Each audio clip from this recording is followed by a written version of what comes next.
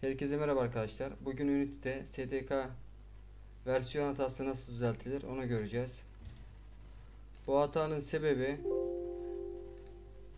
STK'mızda bulunan toz dosyası hatalıdır. Bunu indirme linkini vereceğim bu dosyanın. İndirip siz kendi toz dosyanızda değiştireceksiniz ve düzelecek. Deneyelim biz. Evet, bu indireceğiniz dosya. Bu da STK bölümündeki toz dosyam. Şimdi bunları değiştireceğim. Sorunu düzeltmiş olacağız.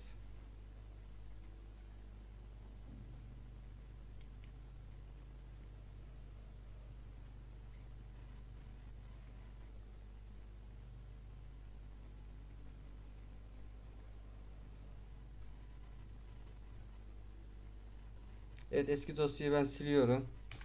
Benim bir işime yaramıyor. Yeniden adlandırıyorum bunu, tekrar toz yapalım. Evet, şu an tekrar deniyorum. Build alacağım.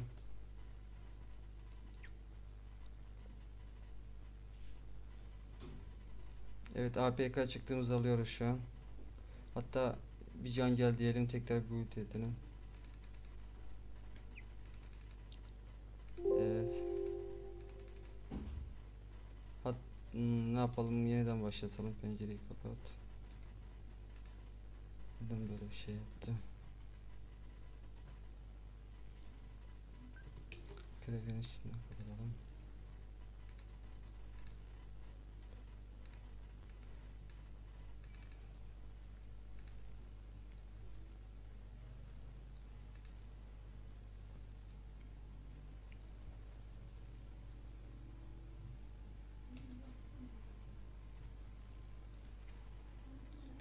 Evet.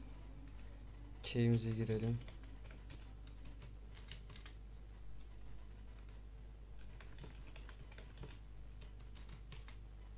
Evet, şu anda tekrar bir APK çıktısı alacağız. Bakalım bu sefer düzelmiş mi?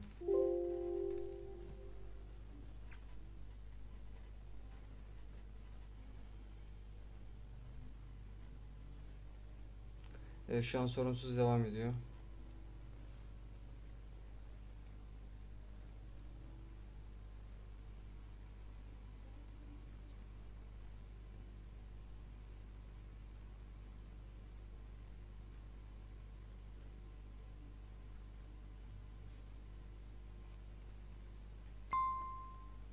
Bekliyoruz, evet geçti. Oyunumuz 64 bitti. Bir oyun.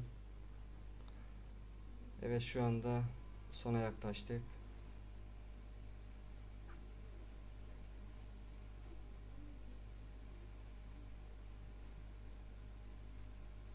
Şu an APK'mızı